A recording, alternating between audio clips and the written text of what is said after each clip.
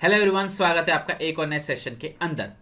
तो आज हम स्टार्ट करने वाले chapter number 3, private, public and global enterprises. तो चलिए स्टार्ट करते हैं बिना किसी देरी के। तो अभी तक बच्चों हमने 3 चैप्टर पढ़ लिए हैं। Sir 3 chapter? मैंने कहा हाँ 3 चैप्टर। चैप्टर नंबर 1 पढ़ा था बच्चों हमने बिजनेस, ट्रेड एंड कॉमर्स के बारे में, अगर आपको याद आ रहा हो तो बिजनेस एंड कॉमर्स के बारे में पढ़ा था। चैप्टर 2 बच्चों हमने पढ़ा था फॉर्म्स ऑफ बिजनेस ऑर्गेनाइजेशन पढ़ा था हमने, बिल्कुल सही। और चैप्टर नंबर 7 पढ़ा था हमने फॉर्मेशन ऑफ अ कंपनी। ठीक है, फॉर्मेशन ऑफ अ कंपनी हमने चैप्टर बहुत अच्छे से डिटेल में पढ़ा था बच्चों, इसमें तो मैंने 4 क्लासेस लगाई थी। ये एनसीईआरटी के हिसाब से बता रहा हूं मैं। लेकिन अगर आप कोई दूसरी तीसरी किताब पढ़ रहे हो तो बच्चों उसी में ये चैप्टर नंबर 2 था। मतलब हमने अभी तक अगर सिलेबस की बात करें तो 2 चैप्टर पढ़े, और एनसीईआरटी की बात करें तो हमने 3 चैप्टर पढ़े। तो अभी तक हमने ये चैप्टर पढ़ा था। ठीक है, चैप्टर 1 में अपना पढ़ा था बिजनेस क्या होता है और बिजनेस एक्टिविटीज कौन कौन सी तरीके की होती हैं, जैसे इंडस्ट्री हो गया, ट्रेड हो गया, कॉमर्स हो गया। ठीक है, ये सारी चीजें हमने इसके अंदर बहुत डिटेल के अंदर हमने देखी थी। ये चीज तो आपको हल्की फुल्की याद आ रही होगी, बिल्कुल सही। चैप्टर नंबर 2 के अंदर बच्चों हमने क्या पढ़ा था कि अगर आपको बिजनेस करना हो अकेले तो आप कैसे कर सकते हो। आपने कहा था सर हम सोल प्रोप्राइटरशिप लगा सकते हैं। अगर आपको अपने दोस्त के संग बिजनेस करना हो तो आप क्या कर सकते हो, पार्टनरशिप कर सकते हो। ये बात करी थी हमने। अगर आपको बिजनेस करना हो फैमिली के साथ तो आप क्या कर सकते हो, आप एचयूएफ में जा सकते हो, हिंदू अनडिवाइडेड फैमिली बिजनेस में जा सकते हो। अगर आपको अपने दोस्तों के संग मिलकर एक दूसरों की मदद करनी है, कुछ लोगों की मदद करनी है, तो आप कोऑपरेटिव सोसाइटी के जा सकते हो। ठीक है, लेकिन नहीं आपको बड़े बिजनेस पे लेवल जाना है तो याद है मैंने आपको फॉर्मेशन ऑफ अ कंपनी बताया था। आप आपके दोस्त सीए अंकल के पास गए थे या वकील अंकल के पास गए थे और उन्होंने आपको कंपनी बनाना सिखाया था, बिल्कुल सही। कंपनी में देखा था कि अगर 200 लोगों तक बात करनी है तो आप प्राइवेट कंपनी बना सकते हो, 200 से ऊपर लोग चाहिए तो आपको पब्लिक कंपनी बनानी पड़ेगी। याद आ रहा है कुछ? ये सारी चीजें हमने बच्चों पढ़ी थी चैप्टर नंबर 1 में और चैप्टर नंबर 2 के अंदर, बहुत डिटेल में समझी थी। तो अगर आपको याद हो, अगर आपको हल्का फुल्का याद हो या आप कॉमननेस देखो, ये चैप्टर के अंदर मैंने हर बात पर ये यूज किया था कि अगर आपको बिजनेस करना हो तो, ठीक है, या आपको आपके दोस्त के संग बिजनेस करना हो, तो अगर आपको बड़े लेवल पे बिजनेस करना हो, आपको दुनिया का सबसे अमीर इंसान बनना हो, तो आप ये सारे बिजनेसेस कर सकते हो। हाँ है ना, यहाँ पर मैंने सिर्फ आपके बारे में बात करी थी और किसी के बारे में बात हमने अभी तक नहीं करी थी। ठीक है, मेरे पास कमेंट सेक्शन में आया सर आपने है ना रेलवेज के बारे में बात नहीं करी, कि रेलवे में तो भी बिजनेस चलता है। आपने सर एयरपोर्ट्स के बारे में बात नहीं करी। सर एयरपोर्ट्स भी तो बिजनेस करते हैं, आप फ्लाइट्स टिकट लेते हो, जाते हो, ट्रैवल करते हो, फीस होते हो, ये भी तो चीजें होती हैं।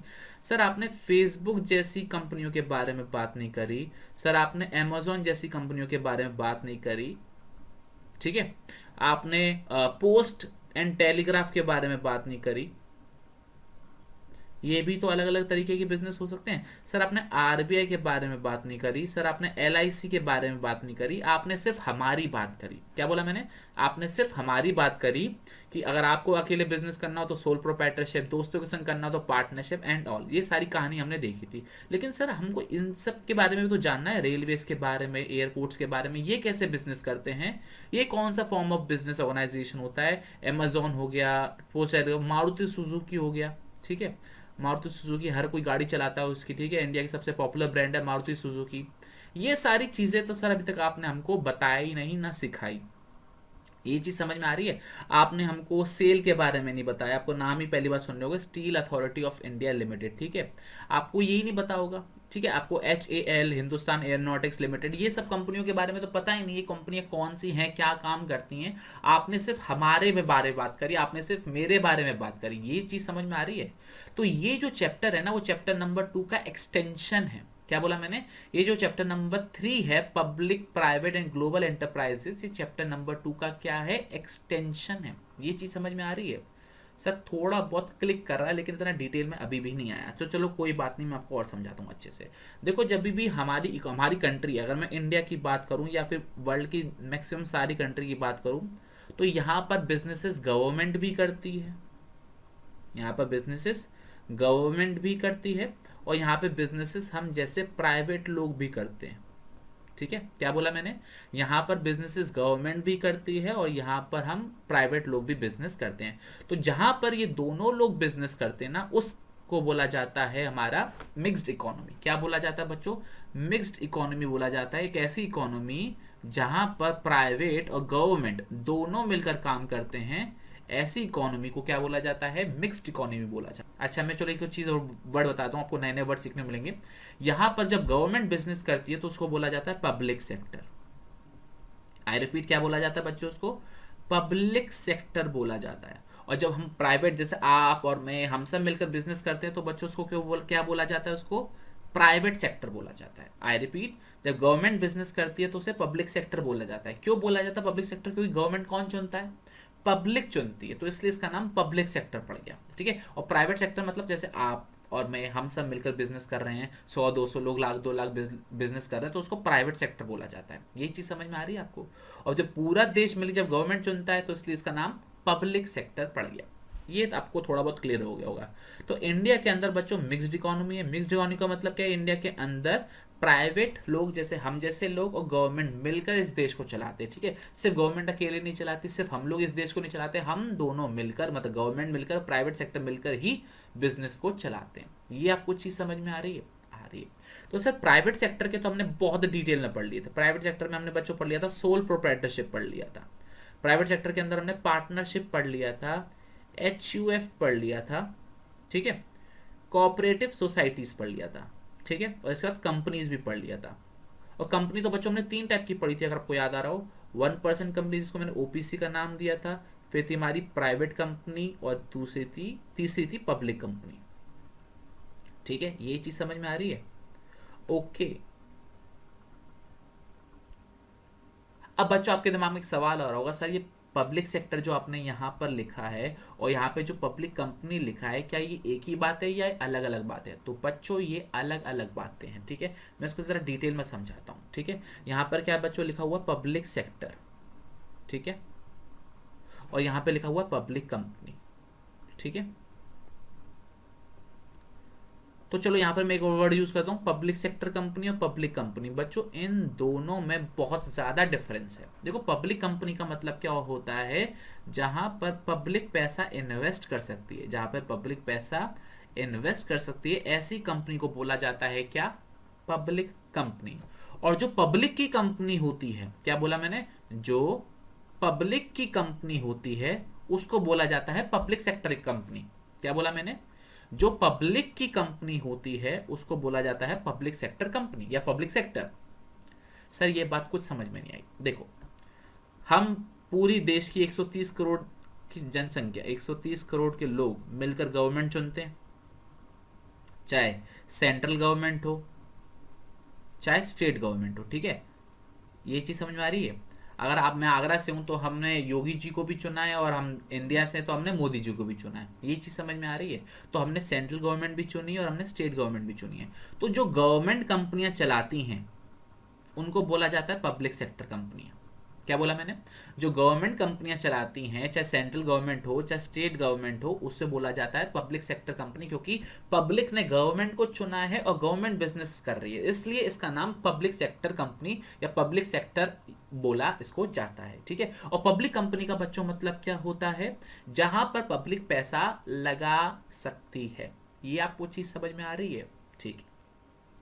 तो अभी हमने क्या बात करी कि ये पब्लिक सेक्टर का मतलब क्या होता है? जो पब्लिक की कंपनी है, जो गवर्नमेंट की कंपनी है। और पब्लिक कंपनी का मतलब क्या होता है? जहां पे पब्लिक पैसा लगा सकती है। आई होप ये बातें तो आपको समझ में आ गई होंगी। तो ये चीज हमने बच्चों देखी थी। अब हमको क्या पढ़ना है? पब्लिक सेक्टर कंपनीज के बारे में पढ़ना है, गवर्नमेंट जो बिजनेसेस चलाती है उसके बारे में पढ़ना है। ठीक है। तो देखो, गवर्नमेंट 3 तरीके से बिजनेसेस करती है, अलग अलग तरीके से बिजनेस करती है। एक है डिपार्टमेंटल अंडरटेकिंग। ये चाहो तो डायग्राम बना सकते हो, ना बनाओ तो भी चलेगा, आपको नोट्स में मिल जाएगा। एक जो बच्चों बिजनेस चला जाता है वो होता है डिपार्टमेंटल अंडरटेकिंग। ठीक है। अभी आपको कुछ समझ में नहीं आ रहा होगा, आप चाहो लिखो, नहीं लिखो कोई बात नहीं, आप समझ लो पहले। ठीक है। दूसरा होता है बच्चों statutory corporation. Statutory corporation, spelling बता दो बच्चा, सब बताऊंगा। ठीक है। और तीसरा होता है गवर्नमेंट कंपनी। तीसरा होता है गवर्नमेंट कंपनी। तो इस तरीके से बिजनेसेस चलाए जाते हैं। ये चीज समझ में आ रही है? ओके। सर यहाँ पर गवर्नमेंट की तो बात हो गई, लेकिन यहाँ पर आपने अमेजोन को छोड़ दिया। वो भी बताता हूँ। देखो, प्राइवेट सेक्टर के अंदर देखो, अमेजोन क्या है? जेफ बेजोस की कंपनी है। ठीक है। फेसबुक क्या है? मार्क जुकरबर्ग की कंपनी है। तो बच्चों इन कंपनियों को एक एडिशनल प्राइवेट सेक्टर में एक एडिशनल लाइन बना दी जाती है जिसको बोला जाता है ग्लोबल कंपनीज, या फिर जिसको बोला जाता है एमएनसी। क्या बोला जाता है बच्चों उसको? MNC, multinational companies. तो प्राइवेट सेक्टर में एक और लाइन खींची जाती है जिसको बोला जाता है कि ग्लोबल कंपनीज, क्योंकि ये भी तो प्राइवेट लोग ही चला रहे हैं, ये गवर्नमेंट थोड़ी ना चला रही है, ये भी प्राइवेट लोग चला रहे हैं। तो प्राइवेट सेक्टर के अंदर हम एक चीज नई एडिशनल पढ़ने वाले हैं, कौन सी? ग्लोबल कंपनी या फिर मल्टीनेशनल कंपनीज के बारे में हम बात करने वाले हैं। ये आपको चीज समझ में आई? सर थोड़ी थोड़ी समझ में आ रही है बच्चा, आपको थोड़ी डिटेल में और समझ में आएगी, ठीक है। अब मैं जरा चैप्टर पे जाता हूं आपको डिटेल में समझाने के लिए। तो अभी हम पढ़ने वाले हैं chapter private public and global enterprises. तो सबसे पहले चैप्टर का चार्ट आपके सामने है, ठीक है। तो बच्चों आपको इस समय चार्ट दिखाई दे रहा होगा, आई होप आपको विजिबल है चार्ट। हाँ बिल्कुल अच्छे से विजिबल है। तो बच्चों अभी तक मैंने आपको क्या पढ़ाया कि इंडिया क्या हमारी मिक्स्ड इकोनॉमी है, ठीक है। इंडियन इकोनॉमी क्या मिक्स्ड इकोनॉमी, जिसके अंदर हमारा पब्लिक सेक्टर मतलब गवर्नमेंट और प्राइवेट सेक्टर मतलब जैसे हम जैसे लोग जो हैं वो मिलकर बिजनेसेस करते हैं। ये चीज मैंने आपको अच्छे से समझा दी। इसके अंदर बच्चों हमने क्या क्या पढ़ लिया? हमने चैप्टर नंबर 2 के अंदर सोल प्रोप्राइटरशिप बहुत डिटेल में समझ ली, हमने पार्टनरशिप को डिटेल में समझ लिया था, जॉइंट हिंदू फैमिली एचयूएफ को समझ लिया था, कोऑपरेटिव सोसाइटी को समझ लिया था, कंपनी को समझ लिया था। कंपनी के अंदर हमने पब्लिक कंपनी, प्राइवेट कंपनी और एक और कंपनी पढ़ी थी बच्चों हमने ओपीसी। ओपीसी याद आ रहा है? 1% कंपनी। ये सारी चीजें हमने पढ़ ली थी, ये हमने चैप्टर 2 में पढ़ चुके हैं। तो इस चैप्टर के अंदर ये दोबारा तो हम पढ़ने वाले हैं नहीं, ठीक है। उस चैप्टर के अंदर है भी नहीं, ठीक है, ओके। हम जो नई चीज पढ़ने वाले हैं वो पढ़ेंगे पब्लिक सेक्टर। पब्लिक सेक्टर बिल्कुल नया हमारे लिए कि क्या होता है पब्लिक सेक्टर, ठीक है। उसके टाइप्स क्या होते हैं बिजनेस के, ठीक है। जैसे मैंने आपको थोड़ी देर पहले नाम लिखवाए थे, तो ये नाम अब आप लिख सकते हो या फिर मत कर लिखना, नोट्स तो आपके पास है ही। डिपार्टमेंटल अंडरटेकिंग्स, ठीक है। दूसरा है बच्चों हमारा क्या? Statutory corporation. तीसरा क्या? हमारी गवर्नमेंट कंपनीज। ये तीनों डिटेल में डिस्कस करेंगे। और यहां पर हम डिस्कस करने वाले हैं मल्टीनेशनल कॉर्पोरेशंस के बारे में, मतलब ग्लोबल एंटरप्राइजेस के बारे में, जिसको हम शॉर्ट में एमएनसी बोल देते हैं बच्चों। क्या बोलते हैं? एमएनसी, मल्टीनेशनल कॉर्पोरेशन या मल्टीनेशनल कंपनीज। इसका मतलब क्या होता है? एक कंपनी जो एक से ज्यादा देशों में काम करती है उसे बोला जाता है मल्टीनेशनल कंपनी, एमएनसी। तो ये चीज हम नहीं पढ़ने वाले हैं। तो इस चैप्टर के अंदर मैं बात करूं, चैप्टर का एक समरी चार्ट है जो हम डिटेल में डिस्कस करेंगे, जिसके अंदर हम departmental undertaking, statutory corporation, government companies और प्राइवेट सेक्टर के अंदर मल्टीनेशनल कॉर्पोरेशंस के बारे में पढ़ेंगे। सर बाकी चीजों के बारे में क्यों नहीं पढ़ेंगे? क्योंकि बाकी सारी चीजें बच्चों हमने चैप्टर नंबर 2 के अंदर ऑलरेडी बहुत डिटेल में डिस्कस कर रखा है, बहुत ही डिटेल में डिस्कस कर रखा है। एक एक टॉपिक पर एक एक वीडियो बनाई है जिसके अंदर मैंने आपका खून चूस लिया था, ठीक है, ओके। तो बच्चों अब एक एक करके डिटेल में डिस्कस करेंगे। आज के लेक्चर में हम डिस्कस करेंगे डिपार्टमेंटल अंडरटेकिंग क्या होती है, और ऐसे ही धीरे धीरे लेक्चर्स के अंदर हम बाकी सारे पूरे चैप्टर को कवर करेंगे। तो स्टार्ट करते हैं हम डिपार्टमेंटल अंडरटेकिंग के साथ। तो डिपार्टमेंटल अंडरटेकिंग पे जाने से पहले कुछ बैकग्राउंड स्टोरी तो बतानी पड़ेगी। डिपार्टमेंटल अंडरटेकिंग का जन्म कैसे हुआ, क्या होता है डिपार्टमेंटल अंडरटेकिंग, ठीक है। देखो बच्चों होता क्या है, हम गवर्नमेंट चुनते हैं, ठीक है। क्या चुनते हैं? हम गवर्नमेंट चुनते हैं। और गवर्नमेंट में इस बार जो 2019 के इलेक्शन हुए थे उसमें हमने एनडीए मतलब नेशनल डेमोक्रेटिक अलायंस को हमने चुना था, जिन्होंने मोदी जी को प्राइम मिनिस्टर बनाया, ठीक है। मोदी जी को क्या बनाया? प्राइम मिनिस्टर बनाया। अब मोदी जी को पूरा देश संभालना है, ठीक है। मोदी जी के पास पूरे देश की जिम्मेदारी है। तो क्या मोदी जी अकेले इस देश को संभाल सकते हैं? ठीक है। क्या मोदी जी चारों तरफ देख सकते हैं एक साथ की सामने क्या हो रहा है, दाएं क्या बाएं हो रहा है, पीछे क्या हो रहा है, ऊपर क्या हो रहा है, नीचे क्या हो रहा है, सब जगह एक जगह से एक साथ देख सकते हैं? क्या सारी चीजें वो अकेले संभाल सकते हैं? नहीं संभाल सकते, ठीक है। तो देश के अंदर जितनी भी एक्टिविटीज होती हैं, ठीक है, देश के अंदर जितनी भी एक्टिविटीज होती है ना, तो उनको अलग अलग हिस्सों में बांटा जाता है। क्या बोला मैंने? देश के अंदर अलग अलग तरह की एक्टिविटीज होती है। पैसों से रिलेटेड एक्टिविटी होती है, एग्रीकल्चर रिलेटेड एक्टिविटी होती है, पढ़ाई रिलेटेड एक्टिविटी होती है, टीवी जो कुछ चलता है वो एक एक्टिविटी होती है, इसके अलावा मोबाइल आप चलाते हो, इंटरनेट चलाते हो, वो एक एक्टिविटी होती है, रेलवेज चलते हैं, प्लेन चलते हैं, हथियार चलते हैं। तो बहुत अलग अलग एरियाज हैं, ठीक है, अलग अलग एरियाज हैं जो इस देश के अंदर चलते हैं, जो इस देश के अंदर अलग अलग तरीके की एक्टिविटीज होती हैं। तो गवर्नमेंट ने हाल फिलहाल इन एक्टिविटीज को कितने पार्ट्स में डिवाइड कर रखा है? 53 एरियाज में डिवाइड कर रखा है। कितने एरियाज में?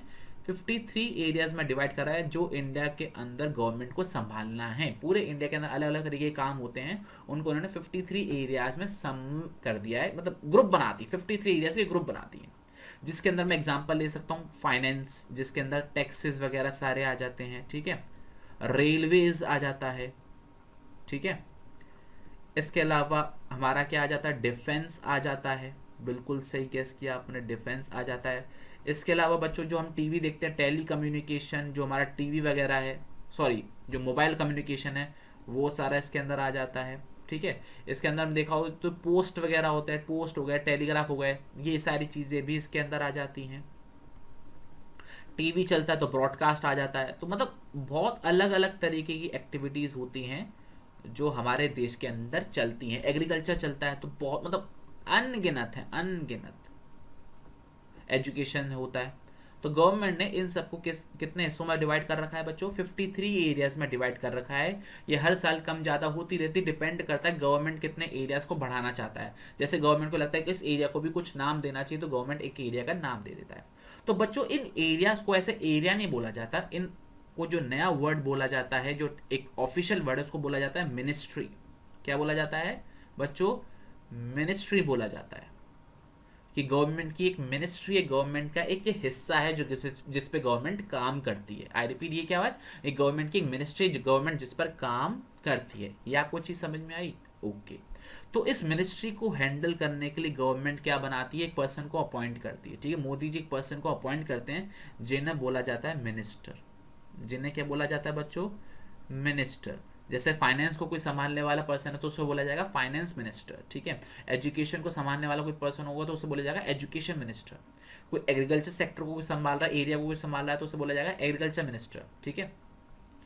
जो हमारे डिफेंस को संभालते हैं राजनाथ सिंह जी, उनको बोला जाता है डिफेंस मिनिस्टर। रेलवे को संभालते हैं पीयूष गोयल जी, ठीक है, नाम आपको शायद ना पता हो, तो उनको बोला जाता है रेलवे मिनिस्टर। तो अलग अलग तरीके के मिनिस्टर्स होते हैं जो उस मिनिस्ट्री को, जो उस पर्टिकुलर एरिया को क्या करते हैं बच्चों, संभालते हैं। ये आपको चीज समझ में आ गई? ओके, चलो और अंदर डिटेल में डिस्कस करते हैं। अब एक एग्जांपल लेते हैं, हम एजुकेशन मिनिस्ट्री के बारे में बात करते हैं, ठीक है। ये तो आपके दिलो दिमाग पे छाई हुई होनी चाहिए, एजुकेशन मिनिस्ट्री। अब इनके जो मिनिस्टर है वो हमारे doctor Ramesh sir, doctor Ramesh Pokhriyal sir हैं, ठीक है, जो हमारे एजुकेशन मिनिस्टर है। ये आपको चीज ये तो पता होना ही चाहिए, एटलीस्ट आपको 10 से 11th में आए हो तो इनका चेहरा आपने बहुत देखा होगा, बहुत अनाउंसमेंट में देखा होगा। तो ये हमारे एजुकेशन मिनिस्टर हैं डॉक्टर रमेश पोखरियाल। तो मुझे एक बात बताओ, एक सिंपल सी बात बताओ, एजुकेशन में डॉक्टर रमेश पोखरियाल जी क्या अकेला संभाल लेंगे पूरा एजुकेशन सेक्टर? नहीं संभालेंगे, इनको भी अपने अंदर सब डिवीजन करना पड़ेगा। बिल्कुल सही। तो इन्होंने क्या किया हुआ है, या जनरली क्या होता है, इनके अपने अंदर सब डिविजन्स होते हैं। सब डिवीजन मतलब एक होता है अप टू 12th तक की पढ़ाई, ठीक है, एक होती है हमारी हायर एजुकेशन जो 12th के बाद की होती है, ठीक है। ये चीज समझ में आ गया? तो इन्होंने ये दो डिपार्टमेंट बना लिए। अब फिर इन डिपार्टमेंट ने और डिटेल में सब डिपार्टमेंट बना दिए, जैसे यहाँ पर एक सीबीएसई बन गया, ठीक है, यहाँ पे एनसीईआरटी बन गया। तो ये अलग अलग डिपार्टमेंट और बनते चले जाते हैं। ये आपको चीज समझ में आ रही है? और हायर एजुकेशन में जाओ तो हमारे AICTE जो कॉलेजेस को ग्रांट देते हैं, यूजीसी। आप जब बच्चों आगे बढ़ोगे तो आपको ये नाम सुनने को मिलेंगे। आपको अभी CBSE NCERT पता है ना, जैसे आप हायर एजुकेशन में आओगे तो जो भी इंजीनियरिंग कॉलेज होते हैं वो यहाँ से होते हैं रिलेटेड। जो भी कॉलेजेस वगैरह होते हैं, जो भी BCom BBA करते हैं, वो यूजीसी से एसोसिएट होते हैं। जिसको डॉक्टरी करनी होती है तो वो ICMR से एसोसिएट होते हैं। तो मतलब बच्चों ये क्या है, फर्दर इन्होंने आगे ब्रांचेस ओपन कर दी जिससे पूरे इंडिया को संभाला जाता है। जैसे गवर्नमेंट ने 53 एरियाज बनाए, उनके ऊपर एक अलग हेड बना दिया, वो हेड अपने नीचे अलग अलग डिपार्टमेंट्स बनाते हैं, उनके अलग अलग हेड होते हैं, जिससे पूरा देश को संभाला जाता है। तो बच्चों जो हमने एजुकेशन मिनिस्ट्री की बात करी, तो एजुकेशन मिनिस्ट्री भी क्या होता है, वो अपने नीचे कुछ डिपार्टमेंट्स बना लेते हैं, ठीक है, जो वो ऑपरेट करते हैं। होते वो गवर्नमेंट का ही पार्ट है, होते वो गवर्नमेंट का ही हिस्सा है, लेकिन वो मिनिस्ट्री का थोड़ा सा एक्सटेंशन पार्ट है। देख रहे हो ना, यहाँ पर CBSE हो गया, NCERT हो गया, आते डॉक्टर रमेश पोखरियाल के अंडर में ही हैं, एजुकेशन मिनिस्ट्री के अंदर ही आते हैं, लेकिन वो टोटल वो रमेश पोखरियाल नहीं चला रहे, उन्होंने लोगों को अपॉइंट कर रखा है। तो ये बोला जाता है जो ये जो डिपार्टमेंट्स होते हैं, एजुकेशन डिपार्टमेंट हो गया हमारा, CBSE, इनको बोला जाता है डिपार्टमेंटल अंडरटेकिंग। क्या बोला जाता है बच्चों? इनको डिपार्टमेंटल अंडरटेकिंग बोला जाता है। ये आपको चीज समझ में आई? ये मिनिस्ट्री का, ये उस एरिया का एक्सटेंशन है जो आगे उन्होंने फैला दिया है, बढ़ा दिया, just to manage the sector, ठीक है, एजुकेशन सेक्टर को मैनेज करना है। ये आपको चीज़ समझ में आई? तो चलो बच्चों एक डायग्राम बना देता हूँ। जैसे फॉर एग्जांपल ये हमारे मोदी जी हैं, ठीक है। मोदी जी के अंदर होते हैं मिनिस्टर्स, ठीक है, जो अलग अलग एरिया को संभालते हैं। तो 53 मिनिस्टर हो गए ना, जैसे 53 एरियाज हैं। तो कभी कभार क्या होता है, कुछ एरियाज को दो तीन एरियाज को किसी एक पर्सन को दे दिया जाता है। तो जरूरी नहीं है जितनी एरियाज हो उतने ही मिनिस्टर, कम भी हो सकते हैं, ज़्यादा भी हो सकते हैं। तो गवर्नमेंट जो मोदी जी ना अलग अलग मिनिस्टर अपॉइंट करे हैं, ठीक है। मान के चलो ये एक मिनिस्टर है, ये एक मिनिस्टर है, ये एक मिनिस्टर है, ये एक मिनिस्टर है, ये एक मिनिस्टर है। तो इनके नीचे इन्होंने अपने डिपार्टमेंट्स ओपन कर रखे हैं, ठीक है। जैसे फॉर एग्जांपल अगर मैं बात करूं फाइनेंस की, ठीक है, तो फाइनेंस में बच्चों आपने जीएसटी का नाम तो सुना होगा। तो जीएसटी का एक अलग डिपार्टमेंट है, ठीक है। इनकम टैक्स का एक अलग डिपार्टमेंट है। ये आपको समझ में आ रहा है? तो ये क्या अलग अलग डिपार्टमेंट है, लेकिन डिपार्टमेंट किसका पार्ट है? ये गवर्नमेंट का पार्ट है। तो इसलिए इसको बोला जाता है डिपार्टमेंटल अंडरटेकिंग। ये आपको चीज समझ में आई? ये क्या होता है? डिपार्टमेंटल अंडरटेकिंग होती है। तो ये भी तो काम कर रहे होते हैं, ये भी तो एक तरीके से चला रहे होते हैं देश को, ये भी तो पैसा ले रहे हैं, पैसा खर्च कर रहे हैं। तो इनके बारे में तो पढ़ना हमको बहुत ज्यादा जरूरी है।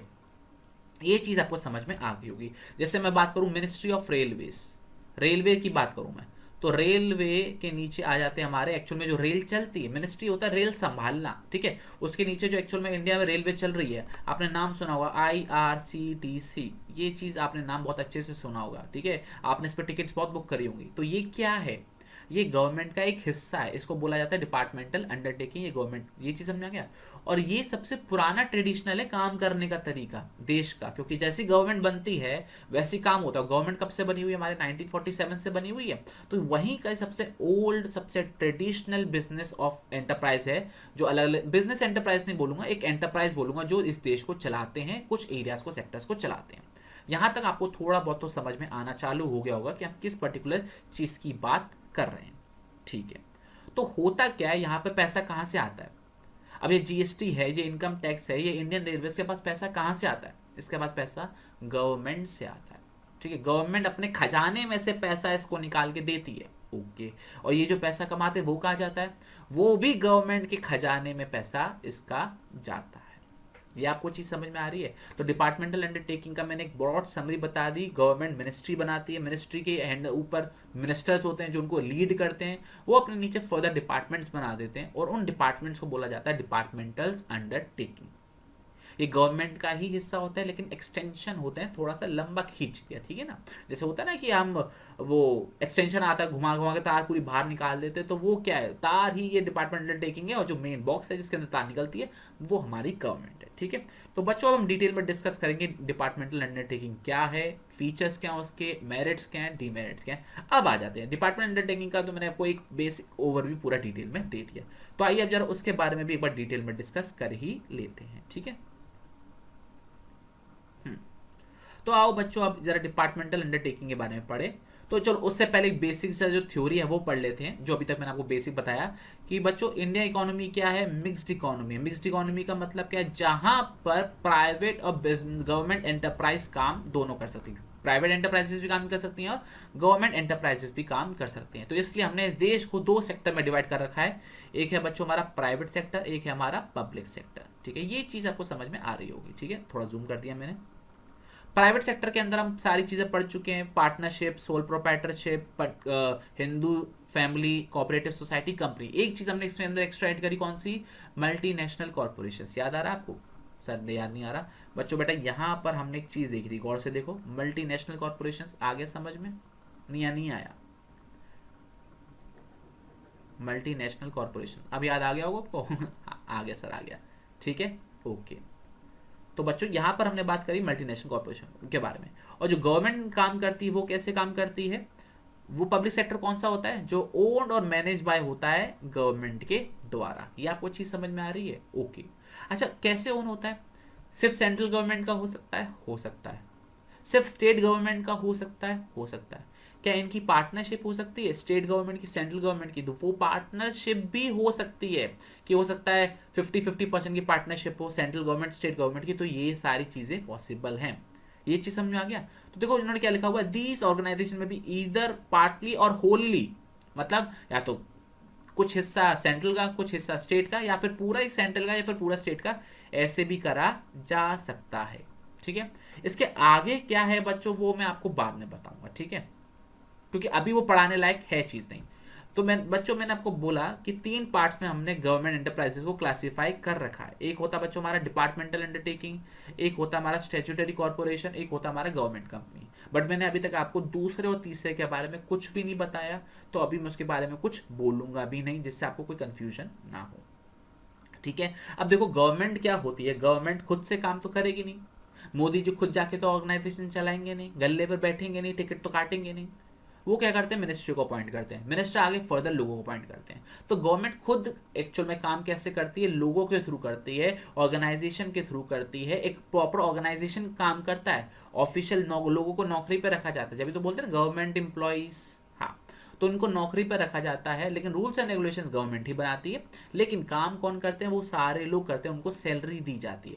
तो गवर्नमेंट खुद ना काम करके उन लोगों के थ्रू काम करती है और एंटरप्राइजेस चलाती है, ठीक है। तो ये सारी जो चीजें हैं ना, ये पैराग्राफ में आपको बाद में पढ़ाऊंगा। अभी पहले हम डिपार्टमेंटल अंडरटेकिंग के बारे में डिटेल में डिस्कस करेंगे, ठीक है। तो बच्चों आइए हम डिपार्टमेंटल अंडरटेकिंग के बारे में बात करते हैं कि क्या है ये चीज। तो देखो सबसे पहले लिखा हुआ, it is the old, this is the oldest, मतलब जैसे देश आजाद हुआ था तब से चालू हुआ है, the most traditional form of organising public enterprises. जैसे देश चलाने के लिए जो पब्लिक एंटरप्राइजेस होती हैं, जो गवर्नमेंट एंटरप्राइजेस होती है, उसका सबसे पुराना तरीका है जैसे देश चलाया जाता है, ठीक है। These enterprises are establish as departments of the ministry. जो मिनिस्ट्री है अलग अलग डिपार्टमेंट्स बनाते हैं, तो उनके डिपार्टमेंट के तौर पर वो काम करती हैं, और ये गवर्नमेंट का पार्ट माना जाता है या फिर गवर्नमेंट का एक्सटेंशन माना जाता है, ठीक है ना, गवर्नमेंट का हिस्सा है। ये चीज समझ में आ गया। तो गवर्नमेंट क्या करते हैं, यहाँ पर बहुत सारी एक्टिविटीज पार्टिसिपेट करते हैं, बहुत सारी एक्टिविटीज करते हैं जो किसी भी कंट्री का बेसिक कोर है, ठीक है, जिसके बिना देश अगर ये चीजें ना चले तो देश में दिक्कत हो जाएगी। अगर एजुकेशन ना हो तो देश चलना बंद हो जाएगा, रेलवे ना हो तो बहुत दिक्कत आएगी, एग्रीकल्चर सेक्टर ना हो तो बहुत दिक्कत आएगी, टेली कम्युनिकेशन ना हो, ब्रॉडकास्टिंग ना हो, तो ये बहुत देश के मेन कोर एरिया है, ठीक है। जैसे हमारे शरीर के बहुत कोर अंग होते हैं ना, अगर वो ना चले तो देश में खराब, हमारे शरीर में खराबी आ जाती है, हम बिस्तर से नहीं उठ पाते हैं। वैसे ये देश के कोर एरियाज हैं जिसके थ्रू गवर्नमेंट काम करती है, जिसको गवर्नमेंट खुद चलाना चाहती है, जिसपे गवर्नमेंट अपना 100% कंट्रोल करना चाहती है। तो ये वो एरियाज होते हैं, ठीक है। तो क्या लिखा हुआ है, government function through these departments, ठीक है। और जो एक्टिविटीज यहां पे परफॉर्म करी जाती है वो किसी भी इकोनॉमी का या किसी भी गवर्नमेंट का इंटीग्रल पार्ट होता है, एक अंदर का ही पार्ट होता है जिससे गवर्नमेंट देश चला रही है। ये चीज समझ में आ गया, ओके। जैसे हमने बच्चों कंपनी में पढ़ा था, वो सेपरेट लीगल एंटिटी होता है, गवर्नमेंट अपने नाम से वो कंपनी अपने नाम से काम कर सकती है, कंपनी अपने नाम से प्रॉपर्टी खरीद सकती है, कोई कंपनी पे केस कर सकता है, कंपनी किसी पे केस कर सकती है। लेकिन यहाँ पर डिपार्टमेंट अंडरटेकिंग की अपनी कोई सेपरेट एग्जिस्टेंस नहीं होती, वो गवर्नमेंट का ही हिस्सा होती है, ठीक है। गवर्नमेंट ही है वो, समझ लो एक तरीके से वो गवर्नमेंट ही है। तो उनकी कोई भी इंडिपेंडेंट लीगल एंटिटी या अपनी अलग पहचान नहीं होती। अगर मैं बात करता हूँ रेलवेज, तो बात होती है गवर्नमेंट की रेलवेज है, ये चीज समझ में आ रही है। अगर मैं बात करता हूँ डिफेंस हथियार, तो ये भी गवर्नमेंट का ही हथियार चलाते, गवर्नमेंट ही हथियार बनवाती है, गवर्नमेंट ही हथियार खरीदवाती है, ये चीज समझ में आ रही है। तो ये गवर्नमेंट का ही पार्ट है, तो इसलिए इसकी कोई सेपरेट लीगल एंटिटी या सेपरेट पहचान उसकी अलग से नहीं होती, उसको गवर्नमेंट का ही हिस्सा माना जाता है। तो क्या लिखा हुआ है, these have not been constituted as autonomous और इंडिपेंडेंट इंस्टीट्यूशन, ठीक है। इनको बनाए गवर्नमेंट का हिस्सा है, तो इसकी कोई अलग पहचान नहीं होती है। और यहाँ पे जो लोग काम करते हैं उनको क्या बोला जाता है, गवर्नमेंट एम्प्लॉयज बोला जाता है। यहाँ तक आपको समझ में आ गया, बहुत बढ़िया, ठीक है। अच्छा देखो यहाँ पे गवर्नमेंट, इसको रूल कौन करता है, इनको रूल या तो सेंट्रल गवर्नमेंट करेगी या स्टेट गवर्नमेंट करेगी, और इनके जो क्या कहते हैं रूल्स एंड रेगुलेशन वो भी वही बनाती है। मतलब क्या, ये सेंट्रल और स्टेट गवर्नमेंट के अंडर में काम करती है, उनके रूल्स एंड रेगुलेशंस भी वही बनाते हैं, ठीक है। जैसे एग्जांपल दे रखा है, रेलवेज गवर्नमेंट चलाती है, पोस्ट एंड टेलीग्राफ डिपार्टमेंट ये भी गवर्नमेंट ही चलाती है। ये आपको चीज समझ में आ रही है, बहुत बढ़िया।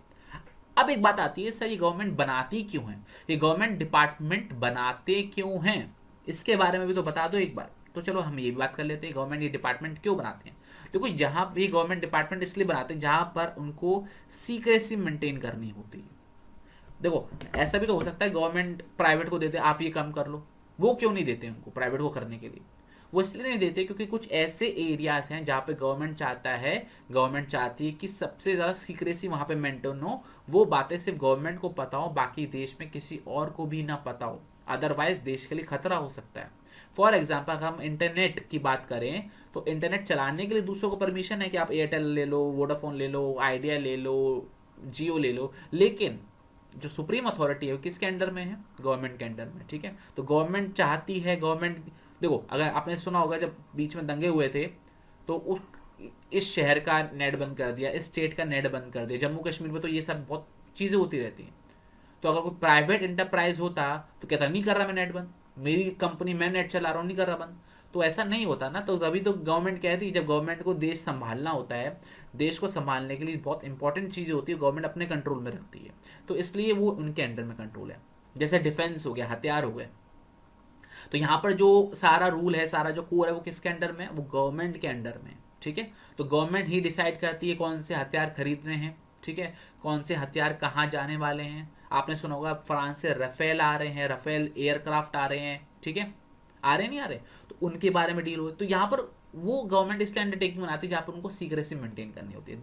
ये चीज़ क्लियर हो गया? इसका एग्जाम्पल भी दे रखा है, atomic energy, defence, telecommunication. Okay, इसके अलावा वही जहाँ पे गवर्नमेंट को चाहिए अपना ही एब्सोल्यूट कंट्रोल हो, गवर्नमेंट का ही 100% कंट्रोल हो और किसी का भी कंट्रोल ना हो। ठीक है, इकोनॉमिक कंट्रोल जहाँ पे चाहिए हो, इकोनॉमी के अंदर कहाँ चीज़ें सर्कुलेट करनी है, कहाँ चीज़ें क्या भेजनी है, क्या डिसीजंस लेने हैं, वो गवर्नमेंट के होने चाहिए, जहाँ पर गवर्नमेंट तब वहाँ पर अंडरटेकिंग बना देती है। और लास्ट तो वही कि जो जहाँ से गवर्नमेंट के पास पैसा भी आता है, जैसे गवर्नमेंट हथियार बेचती है, दूसरों कंट्रियों को बेच देती है, या फिर इंडिया के अंदर लगा देती है, तो उससे भी पैसा आता है। वैसे ही एजुकेशन से पैसा आता है, वैसे ही रेलवे से पैसा आता है, तो गवर्नमेंट को रेवेन्यू भी मिल जाता है। तो यहाँ पे तीन चीज़ें मेन इंपॉर्टेंट है, गवर्नमेंट का कंट्रोल नेसेसरी हो, सीक्रेसी मेंटेन हो और इकोनॉमिक कंट्रोल हो जाए। तो यहाँ तक आपको समझ में आ गया? बहुत बढ़िया। अब बच्चों इसके फीचर्स के बारे में बात करते हैं, क्या हैं इनके फीचर्स, कैसे पता लगे कि हाँ भाई ये गवर्नमेंट एंटरप्राइज है या डिपार्टमेंटल अंडरटेकिंग है। तो सबसे पहले क्या लिखा हुआ है? The funding of this enterprises, पैसा कहाँ से आता है? गवर्नमेंट के खजाने से आता है, गवर्नमेंट ट्रेजरी। ठीक है, गवर्नमेंट ट्रेजरी से पैसा आता है, गवर्नमेंट के खजाने से पैसा आता है। जो गवर्नमेंट पब्लिक से पैसा लेता है ना टैक्स के फॉर्म में, वो पैसा कहाँ जाता है? वो इन डिपार्टमेंटल अंडरटेकिंग्स में जाता है, उनको चलाने के लिए पैसा दिया जाता है। ठीक है, तो बाकायदा जो गवर्नमेंट हर साल बजट बनाती है कि आने वाले साल में इतना खर्चा करेंगे, तो उसके लिए बाकायदा पैसे बताए जाते हैं कि आपको इतना पैसा मिलेगा, आपको इतना पैसा खर्च करना होगा। ये चीज़ क्लियर हो गया? और जो पैसा एक डिपार्टमेंटल अंडरटेकिंग्स कमाती हैं, वो भी कहाँ जाता है? गवर्नमेंट के खजाने में ही जाता है। ये चीज़ में आ गया, क्योंकि डिपार्टमेंट अंडरटेकिंग किसकी? गवर्नमेंट की। तो पैसा भी कौन देगा? गवर्नमेंट। और जो कमाएगा पैसा वो रखेगा कौन? गवर्नमेंट। तो गवर्नमेंट के खजाने से ही पैसा आता है और गवर्नमेंट के खजाने में ही पैसा जाता है। ठीक है, ओके। अगला पॉइंट बच्चों सिंपल सा है, जो भी गवर्नमेंट एक्टिविटीज पे जो भी रूल्स एंड रेगुलेशंस लगते हैं अकाउंट बनाने के, ऑडिट करवाने के, ऑडिट का मतलब होता है अकाउंट्स को चेक करवाना, तो जो भी अकाउंटिंग रूल होते हैं, जो भी ऑडिट कंट्रोल होते हैं, जो गवर्नमेंट के अदर एक्टिविटीज के लिए होते हैं, वही डिपार्टमेंटल अंडरटेकिंग्स के लिए भी वही एप्लीकेबल होते हैं। तो एक जनरल पॉइंट है, 11th के पॉइंट ऑफ व्यू से इतना खास नहीं है। अब बच्चों बात करते हैं तीसरे पॉइंट के अंदर कि वहां पर नौकरी कैसे मिलती है। यहाँ पर नौकरी किसके मिलती है? गवर्नमेंट के थ्रू ही मिलती है, गवर्नमेंट एग्जाम्स कंडक्ट कराती है, तब जाके आपको नौकरी मिलती है। तो यहाँ पर जो एम्प्लॉयज होते हैं उनको क्या बोला जाता है? बिल्कुल सही, गवर्नमेंट एम्प्लॉयज ही बोला जाएगा, क्योंकि गवर्नमेंट अंडरटेकिंग में काम कर रहे हैं। और इन डिपार्टमेंट्स के जो हेड होते हैं ना, वो आईएएस होते हैं या अदर सिविल सर्वेंट होते हैं। ठीक है, जैसे मिनिस्ट्री का हेड मिनिस्टर होता है, तो मिनिस्ट्री अपने नीचे क्या बना देते हैं? डिपार्टमेंट बना देते हैं। तो डिपार्टमेंट्स के हेड कौन होते हैं बच्चों? आईएएस होते हैं। और आईएएस कैसे बनते हैं सबको पता है, यूपीएससी एस्पिरेंट अभी सबने देखी थी, बिल्कुल से यूपीएससी के पेपर देने से वो आईएएस बनते हैं। तो यही उन्होंने यहाँ पर बात बोली है कि यहाँ पर जो एम्प्लॉयज होते हैं उनको गवर्नमेंट सर्वेंट बोला जाता है, और इनके जो रूल्स एंड रेगुलेशंस होते हैं बाकी गवर्नमेंट एम्प्लॉयज जैसे बिल्कुल सेम टू सेम होते हैं। और ये जो डिपार्टमेंट्स है वो कौन बनाता है, वो कौन चलाता है, कौन हेड होता है? तो वो होते हैं हमारे आईएएस, इंडियन एडमिनिस्ट्रेटिव सर्विस। ये आपको चीज समझ में आ गई? बहुत बढ़िया। ठीक है, तो यहाँ पर उन्होंने वही बोला है कि ये गवर्नमेंट का एक सब डिवीजन होता है, गवर्नमेंट का डिपार्टमेंट का एक सब डिवीजन होता है, और ये गवर्नमेंट के कंट्रोल के अंदर ही आता है, मिनिस्ट्री के कंट्रोल के अंदर ही आता है। ये तो हमने 4-5 बार ही पढ़ लिया है। इसके अलावा इन्होंने क्या बोला, क्योंकि गवर्नमेंट के हिस्से में तो गवर्नमेंट को अकाउंटेबल होते हैं, मिनिस्ट्री को अकाउंटेबल होते हैं। अकाउंटेबल का वर्ड लिख लो बच्चों, आंसरेबल, क्योंकि ये डिपार्टमेंट जो है वो मिनिस्ट्री के अंडर में आते हैं, तो आंसरेबल भी किसके होंगे? बिल्कुल सही, मिनिस्ट्री को ही होंगे। ये चीज क्लियर हो गया। और जो मैनेजमेंट है कौन संभालता है? वो मिनिस्ट्री ही संभालती है। ये चीज में आ गया। तो जो गवर्नमेंट, जो मिनिस्ट्री होती है, जो एरिया होता है, उसमें कुछ लोग अपॉइंटेड होते हैं, मिनिस्टर अपने अपने अपने नीचे लोगों को अपॉइंट करता है, वो मिलकर उन डिपार्टमेंट को चलाते हैं, उनका मैनेजमेंट करते हैं। ये आपको चीज समझ में आ गई? बहुत बढ़िया। अगला बच्चों बात करते हैं हम मेरिट्स के बारे में।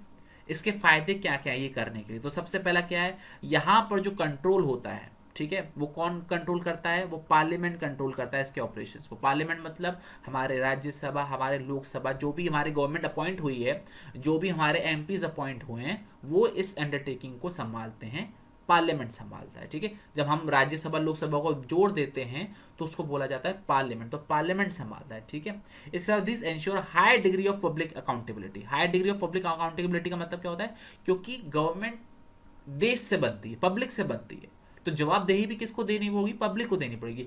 आज अगर मिनिस्टर कुछ गलत कर देता है, आज मोदी जी कुछ गलत कर देते, कुछ अच्छा कर देते, तो आते हैं ना रात को 8 बजे बताने के लिए, हमने ये किया, हम ऐसे कर रहे हैं, आपको ऐसा करना चाहिए। तो वो अकाउंटेबल है, वो देश को आंसरेबल है, वो देश को आंसर करते हैं, ठीक है। ये चीज में आ गई। तो पब्लिक के लिए अकाउंटेबल है, क्योंकि पब्लिक की कंपनी है, पब्लिक सेक्टर कंपनी है, तो अकाउंटेबिलिटी, आंसरेबिलिटी भी किसको होगी, पब्लिक को ही होगी। बहुत बढ़िया। इसके बाद बच्चों इन्होंने क्या पॉइंट दे रखा है, आगे एक और मेरिट दे रखा है, जो भी पैसा आता है वो डायरेक्टली गवर्नमेंट ट्रेजरी में ही जाता है, तो गवर्नमेंट के लिए इनकम का सोर्स भी है। बहुत सिंपल सी बात थी, कुछ खास नहीं बोला। और लास्ट पॉइंट बढ़ेंगे बच्चों, क्या दे रखा है, जहां पर देश की सिक्योरिटी की बात होती है, नेशनल सिक्योरिटी की बात होती है, तो ये ऑर्गेनाइजेशन चलाना सबसे ज्यादा सुटेबल होता है। क्यों सुटेबल होता है, क्योंकि यहाँ पे सीक्रेसी मेंटेन करनी होती है, और सीक्रेसी कब मेंटेन होगी, जब डायरेक्ट कंट्रोल किसका होगा, गवर्नमेंट का होगा, जो सुपरवाइज भी कौन करेगी, गवर्नमेंट भी कर रही होगी। अच्छा, यहाँ पर मैं आपको एक बात बता दूं, अगर मैं बोलता हूँ गवर्नमेंट या वर्ड बोलता हूँ मिनिस्ट्री, तो ध्यान रखना बात एक ही होती है, ठीक है, क्योंकि गवर्नमेंट ही मिनिस्ट्री बनाती है, मिनिस्ट्री ही ये डिपार्टमेंटल अंडरटेकिंग्स बनाती है। क्लियर, बहुत बढ़िया। अब बच्चों बात करते हैं, इनमें कुछ कमियां भी होती हैं। क्या कमियां होती हैं, जरा ये बात कर लेते हैं। तो सबसे पहली जो कमी बताई गई है बच्चों इसके अंदर क्या है, वो है फ्लेक्सिबिलिटी नहीं होती इनके अंदर। फ्लेक्सिबिलिटी का मतलब क्या होता है कि न्यू वेज अपनाना, जैसे पुराने तौर तरीके चले आ रहे हैं वैसे तौर तरीके अभी भी चल रहे हैं, तो यहाँ पर फ्लेक्सिबिलिटी नहीं है, मन मुताबिक या फिर अपने हिसाब से काम नहीं करा जा सकता। जो भी रूल्स एंड रेगुलेशंस है उसी के हिसाब से काम करना पड़ेगा, आप अपने तरीके से काम नहीं कर सकते। और फ्लेक्सिबिलिटी होना ही बहुत ज़्यादा ज़रूरी होती है, बट यहाँ पर नहीं, क्योंकि फ्लेक्सिबिलिटी नहीं है इसलिए वो स्मूथ फंक्शनिंग नहीं हो पाती है, ठीक है, अटकनें आती रहती हैं। तो इन्होंने बोला है departmental undertaking fails to provide flexibility which is essential for smooth operation of business. ये चीज समझ में आ गई, ओके। दूसरा इन्होंने क्या दे रखा है, जो भी इन डिपार्टमेंट्स के हेड होते हैं या जो भी इन डिपार्टमेंट्स के एम्प्लॉयज होते हैं, उनको उनके खुद के मन के डिसीजंस लेने के लिए अलाउड नहीं है जब तक कि वो अप्रूवल ना ले ले।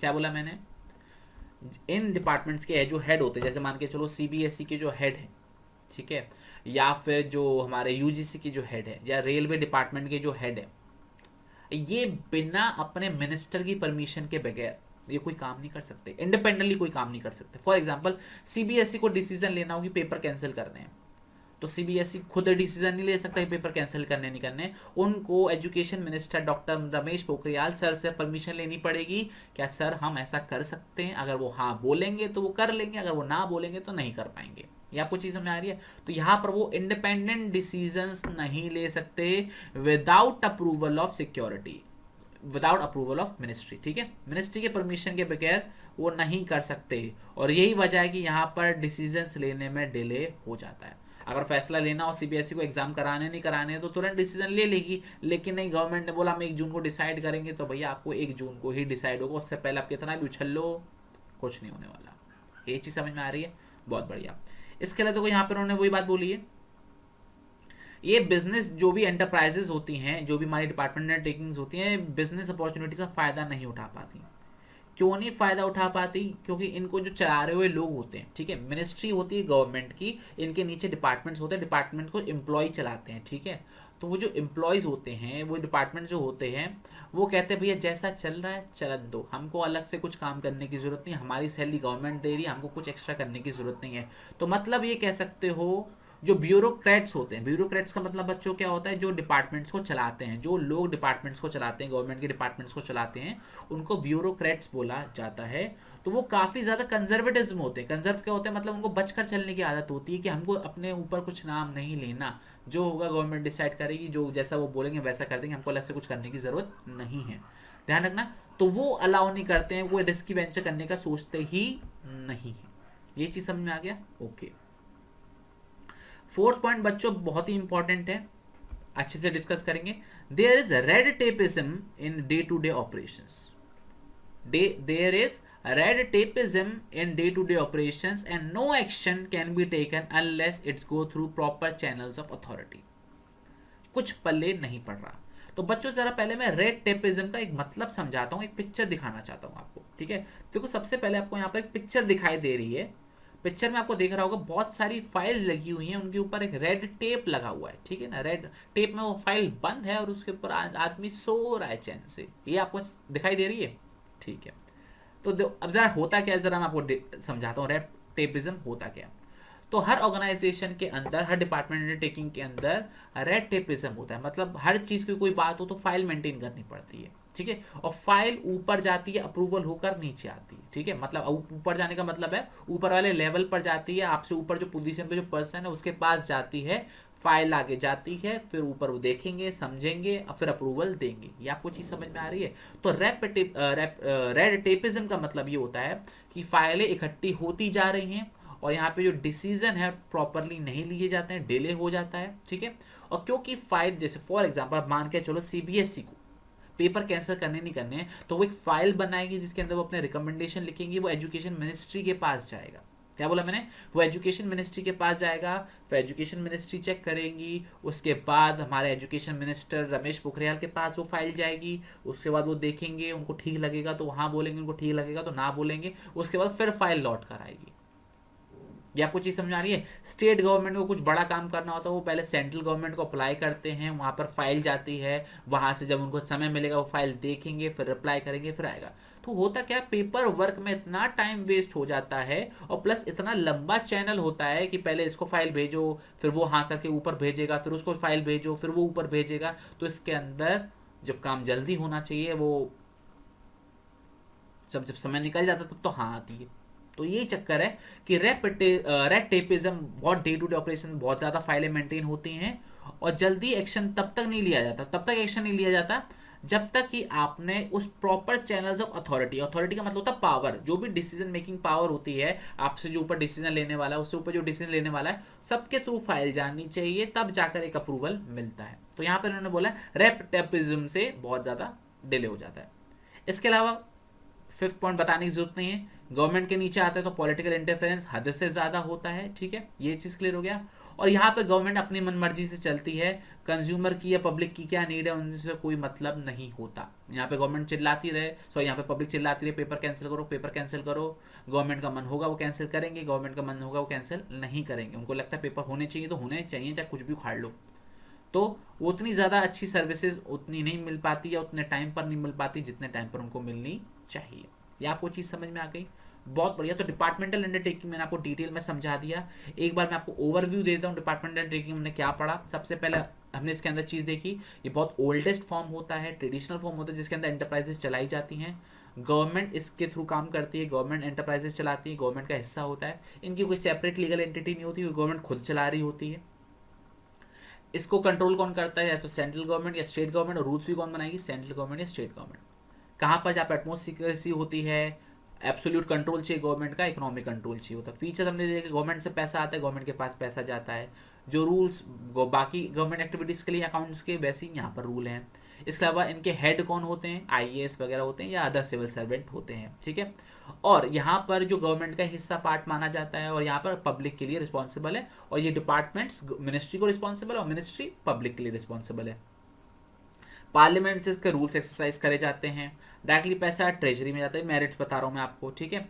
और जहाँ पर नेशनल सिक्योरिटी की सबसे ज़्यादा इंपॉर्टेंस की बात होती है तो ये सबसे बेस्ट फॉर्म ऑफ ऑर्गेनाइजेशन होता है, फ्लेक्सिबिलिटी नहीं होती, ठीक है। इसके अलावा ये कह लो कि मिनिस्ट्री के अप्रूवल के बिना ये कुछ काम खुद से कर नहीं सकते। इसके बाद हमने देखा रेड टेपिज्म होता है, मतलब फाइल्स जाती हैं, ऊपर जाएगा, अप्रूवल में आएगा, बहुत डिले हो जाता है।